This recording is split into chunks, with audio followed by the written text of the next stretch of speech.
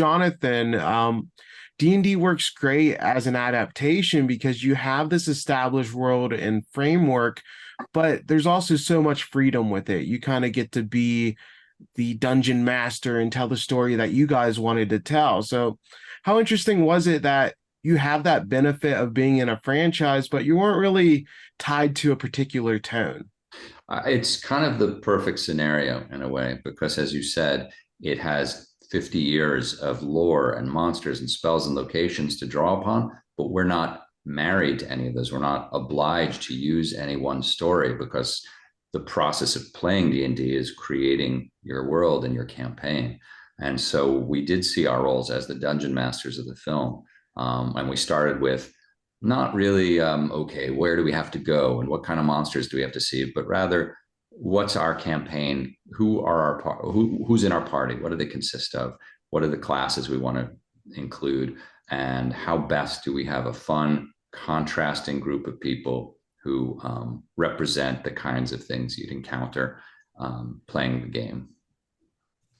And John, I love the whole sequence with the fat dragon. Everybody's looking forward to seeing a menacing creature, and we get this cute, awkward, chubby guy. But that fight still provides so many thrills. Can you speak to taking it in like such a fun direction rather than, just a standard fantasy dragon? Yeah, I mean, it was you hit the nail on the head. There are so many standard fantasy dragons that we felt like it was imperative to subvert what people would expect, especially since it's a D&D movie. You have that allowance. There's something that really embraces the bizarre and unique in D&D. So it didn't feel like we were betraying anything by doing that.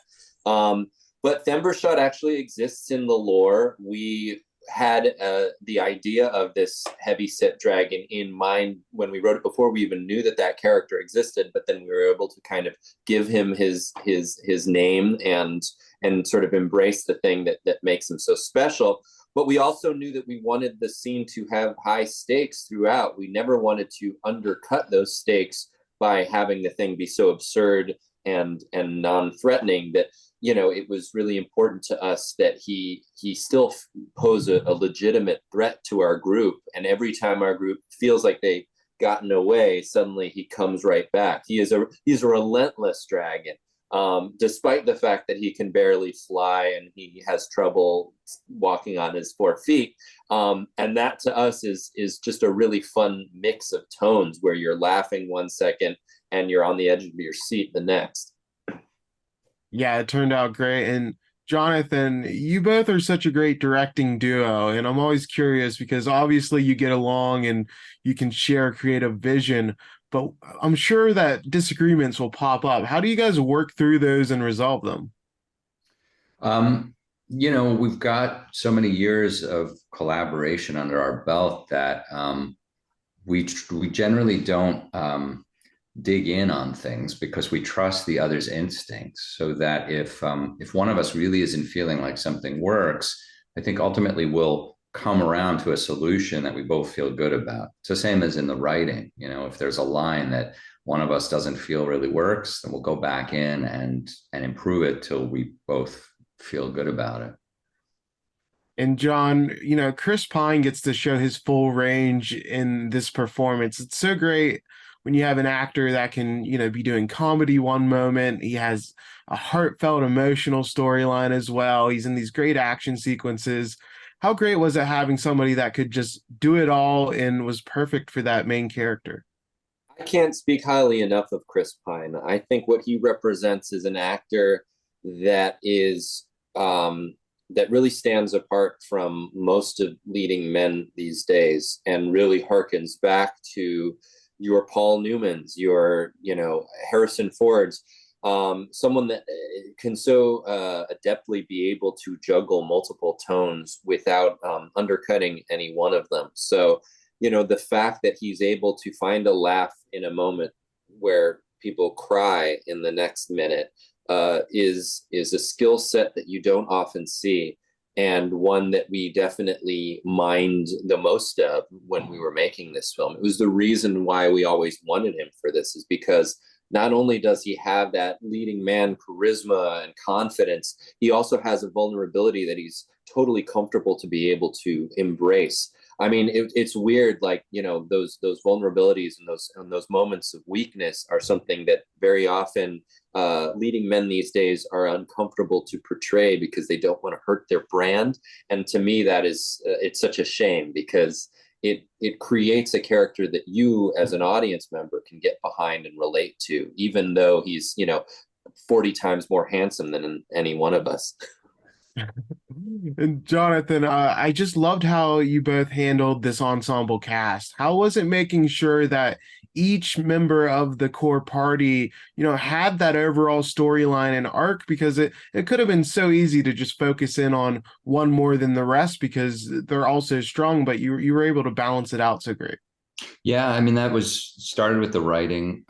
We wanted to make sure that everybody had a kind of a journey to travel individually and an arc to complete. And so, you know, some of those overlap, but I just think it's more engaging for an audience, and you invest more if you can see the weaknesses, where the people they're following need to grow and improve. And then over the course of the 2 hours, they make that progress. And ultimately, they're all part of this family, this found family that, you know, makes each of them stronger, because that's really the core of D&D too, the game.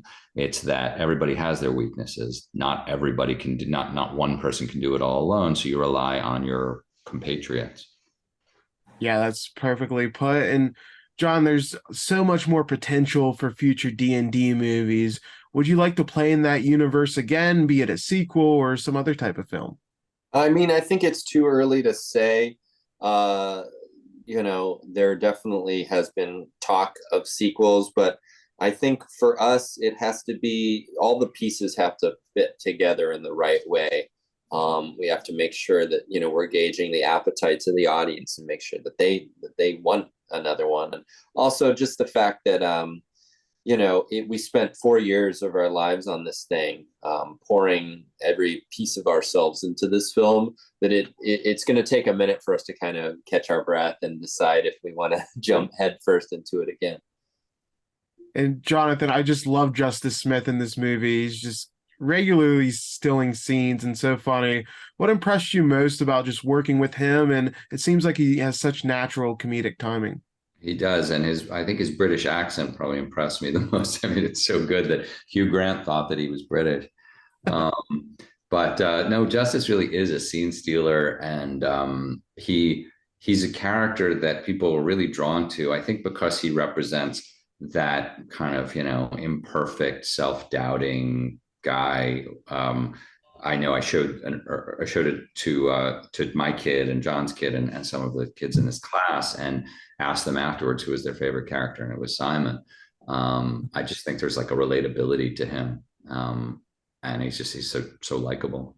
I would also add that there's something very aspirational in that character, in that while he doesn't have a lot of confidence when we first meet him, he has this incredible power within him that is just waiting to come out. And I think there's something really great about that for people to see, just the potential of what you can be if you really kind of believe in yourself.